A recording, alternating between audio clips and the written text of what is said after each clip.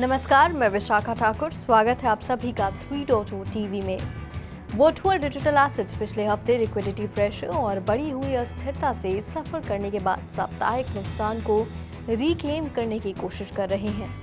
आज सुबह market capitalisation द्वारा सबसे बड़ी क्रिप्टो करेंसी बिटकॉइन $27,000 मार्क को पुनः प्राप्त करने की कोशिश कर रही थी। ये हाल ही में 0.22% बढ़कर $26,784.65 पर ट्रेड कर रही थी।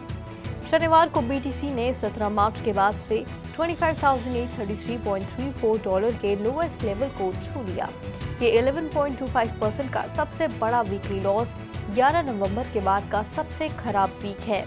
इथेरियम $18,000 के करीब दिखाई दिया। मार्केट कैपिटलाइजेशन द्वारा दूसरी सबसे बड़ी क्रिप्टो करेंसी 0.49% नीचे यानी $1,790.82 पर दिखाई दी।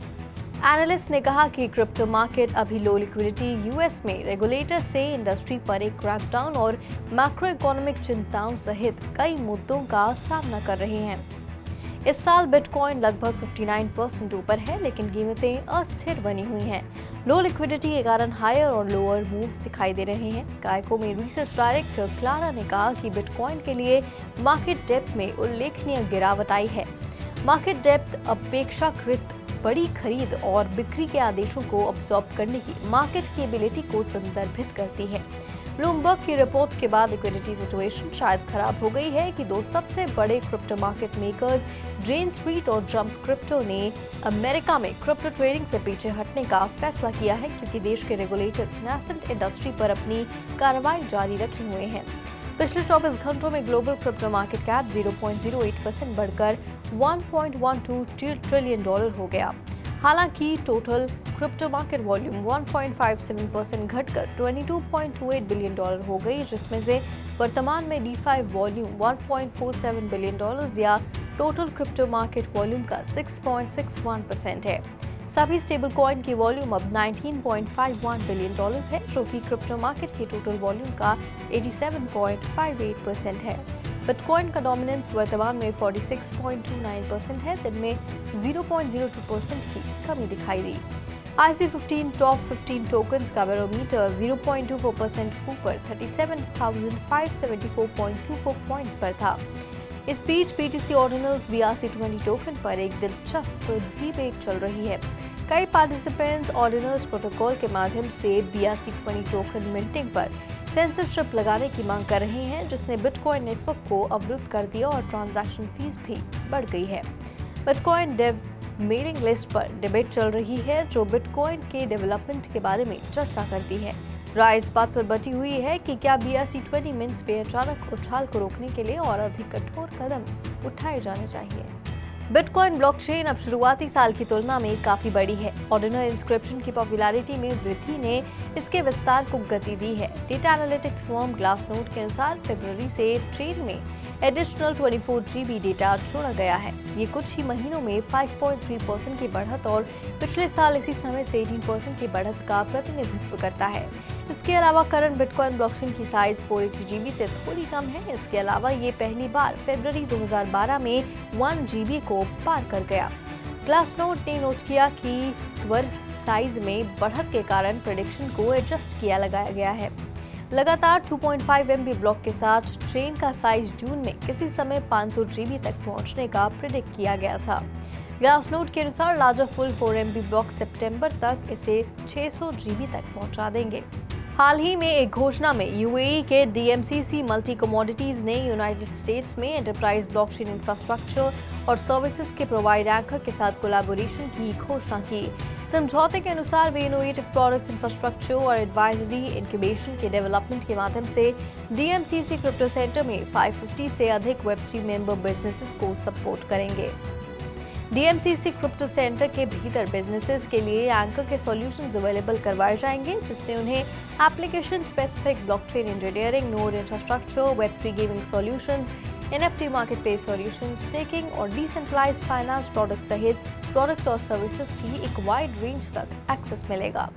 ये ऑफरिंग्स बिजनेसेस को अपने विकास में तेजी लाने और उन सभी रिसोर्सेज के साथ मार्केट में प्रवेश करने की अनुमति देगी, जिनकी उन्हें इमर्जिंग Web3 इकोसिस्टम में फलने फूलने की आवश्यकता है। EY के अनुसार सॉल्यूशन उन बिजनेसेस की जरूरतों को पूरा करेगा जो अपने कार्बन फुटप्रिंट को सटीक रूप से मेजर करने और ट्रैक करने के लिए संघर्ष करते हैं। टोकनाइजेशन के उपयोग के माध्यम से ये कंज्यूमर्स, बिजनेसेस, पार्टनर्स और रेगुलेटर्स को एक इकोसिस्टम के भीतर एमिशंस और कार्बन क्रेडिट ट्रेसेबिलिटी के लिए एक ट्रस्टेड प्लेटफॉर्म प्रोवाइड करके आवश्यक ट्रांसपेरेंसी प्रोवाइड करेगा। EY OPS train ESG enterprises को प्रोडक्ट एमिशन को टोकन देकर उनकी CO2e पोजीशन की स्पष्ट समझ प्रदान करता है, जिससे उन्हें अपनी ESG जर्नी पर बेहतर सूचित निर्णय लेने की अनुमति मिलती है।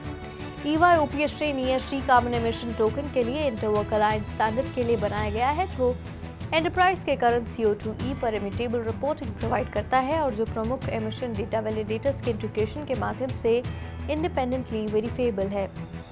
ये सॉल्यूशन एंटरप्राइजेस को कार्बन ऑफसेट की ऑथेंटिसिटी प्रदर्शित करने में भी सक्षम बनाता है, जिसका उपयोग उनके एनवायरमेंटल इम्पैक्ट को कम करने के लिए किया जाता है क्योंकि वे डीकार्बोनाइज होते हैं। कोवॉक्स मेटावर्स अनक्वेश्चनेबली आर्टिफिशियल इंटेलिजेंस के फ्यूचर इंटेलिजेंस को बदल रहा है। ये सोसाइटी के एक नए युग की शुरुआत करेगा जहां व्यक्ति आउटसाइड वर्ल्ड के बजाय खुद को समझने की कोशिश करेंगे।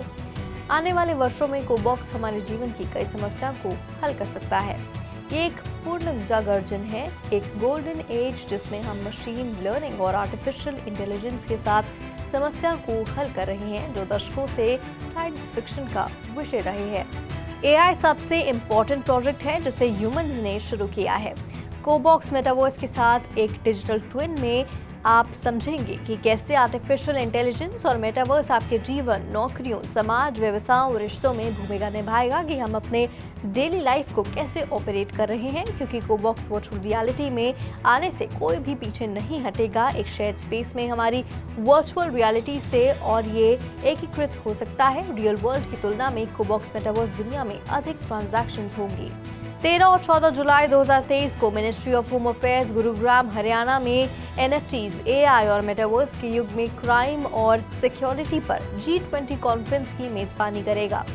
इस 2 दिवसीय इवेंट को मिनिस्ट्री ऑफ इलेक्ट्रॉनिक्स और information technology, ministry of external affairs, secretariat of national security council और सेंट्रल ब्यूरो ऑफ इन्वेस्टिगेशन द्वारा को होस्ट किया जाएगा। Organising partners Rashtriya Raksha university, national forensic science university, national law school of India university, Interpol और UNODC हैं। Ministry of home affairs ने प्रस्तावित G20 conference के डिटेल्स प्रेजेंट करने के लिए नई दिल्ली में एक राउंड टेबल का आयोजन किया। कॉन्फ्रेंस G20 नेशंस, मंत्री देशों और इंटरनेशनल ऑर्गेनाइजेशन को एक साथ लाएगा। इसमें भारत सरकार के मिनिस्ट्रीज और ऑर्गेनाइजेशन, चीफ सेक्रेटरी और एडमिनिस्ट्रेटर्स ऑफ स्टेट्स और UTs, director general of police और स्टेट्स और यूनियन टेरिटरीज, साइबर एक्सपर्ट्स और legal fraternity academia, training institution, financial intermediaries, fintech, social media intermediaries, information and communication technology, cyber forensics, regulators, startups, over the top service providers, ecommerce companies और ad agency से guest speaker का भी participation होगा। Guardian Link के CEO और cofounder के अनुसार metaverse gaming market 2025 तक $280 बिलियन तक पहुंच सकता है, जो अविश्वसनीय 18.6% एनुअल कंपाउंड ग्रोथ रेट को रिप्रेजेंट करता है। ये इसे गेमिंग इंडस्ट्री के सबसे तेजी से बढ़ते सेक्टर्स में से एक, साथ ही इकोनॉमिक ग्रोथ का एक प्रमुख चालक बना देगा। ऑगमेंटेड रियलिटी और वर्चुअल रियलिटी गेमिंग की बढ़ती पॉपुलैरिटी, साथ ही गेमिंग इंडस्ट्री में ब्लॉकचेन टेक्नोलॉजी की बढ़ती उपस्थिति सभी मेटावर्स गेमिंग मार्केट की क्षमता में योगदान करते हैं। मेटावर्स गेमिंग मार्केट में निकट भविष्य में और अधिक इनोवेशन और एक्सपेंशन देखने की संभावना है। इस सब का श्रेय नई टेक्नोलॉजीज को जाता है। 12 मई को क्रिप्टो करेंसी एक्सचेंज बाइनेंस ने ट्विटर के माध्यम से कैनेडियन मार्केट से बाहर निकलने की घोषणा की।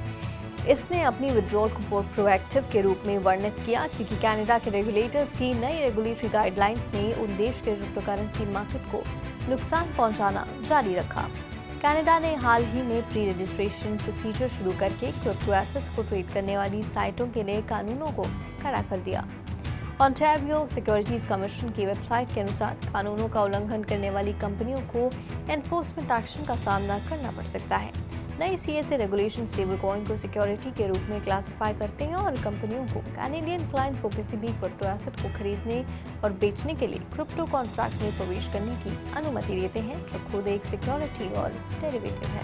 सन क्रिप्टो के फाउंडर्स मिस्टर उमेश कुमार और मिस्टर प्रमोद यादव लोगों के लिए क्रिप्टो करेंसी में ट्रेड करने के लिए भारत का सबसे आसान प्लेटफॉर्म बनाने का सपना देखते थे। क्रिप्टो करेंसी ट्रेडिंग के साथ अपने कठिन अनुभव के आधार पर उन्होंने एक ऐसा एक्सचेंज बनाने का फैसला किया जो अगले तीनों जनरेशन के उपयोग के लिए पर्याप्त सरल हो। इतना ही नहीं बल्कि उन्होंने सिक्योरिटी पर ध्यान केंद्रित किया और प्रमुख cold wallet service provider Ledger के साथ भागीदारी की। इस सहयोग ने सन क्रिप्टो यूजर्स को $150 मिलियन की बेस्ट सिक्योरिटी और इंश्योरेंस कवरेज का वादा भी किया। इस कोलैबोरेशन को क्रिप्टो करेंसी यूजर्स के लिए सबसे अधिक प्रेसिंग टैक्स कैलकुलेशन इश्यूज को एड्रेस करना चाहिए। यूजर्स को सन क्रिप्टो पर टैक्स क्रिप का वन टच इंटीग्रेशन प्राप्त हुआ, जिससे वे सीधे सन क्रिप्टो से अपना ट्रेड रिपोर्ट और समरी देख सकते हैं और टैक्स क्रिप उस एग्जैक्ट अमाउंट का डेटा प्रदान करेगा जो व्यक्ति को भारत सरकार को भुगतान करने की आवश्यकता होगी। सन क्रिप्टो ने इसके साथ 2 उद्देश्य हासिल किए हैं, जिससे पहला उपयोग करने के लिए सबसे अच्छा क्रिप्टो करेंसी प्लेटफॉर्म बनना था।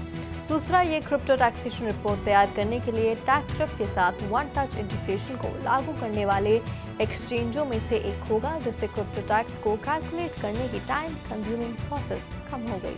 Binance.in कंपनी की प्रतिष्ठा में सुधार करने और यूएस रेगुलेटर्स के साथ खड़े होने का प्रयास के रूप में प्रतीत होता है। यूएस और सीईओ चैंगपेंग झाओ कंपनी में अपनी डोमिनेंट ओनरशिप स्टेक को कम करने के लिए सक्रिय रूप से रणनीति तलाश रहे हैं। 2 अननेम्ड सोर्सेस का हवाला देते हुए द इन्फॉर्मेशन के अनुसार झाओ 2022 की समझ से अपनी स्टेक का एक पोर्शन बेचने का प्रयास कर रहे हैं। सीएफटीसी ने मार्च में बाइनांस और झाओ के खिलाफ मुकदमा दायर किया।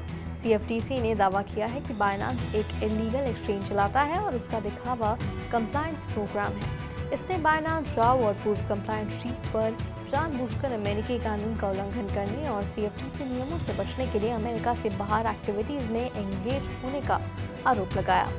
इन एक्टिविटीज में रजिस्ट्रेशन रिक्वायरमेंट को दरकिनार करने और कंप्लायंस कंट्रोल को दरकिनार करने के निर्देश के साथ यूएस कस्टमर्स को प्रदान करने के लिए स्ट्रक्चरिंग एंटिटीज और ट्रांजैक्शन शामिल थे। आज के लिए फिलहाल इतना ही। मैं विशाखा आपसे फिर मिलूंगी ऐसी ही ताज़ा अपडेट्स के साथ। तब तक के लिए देखते रहिए 3.0 टीवी।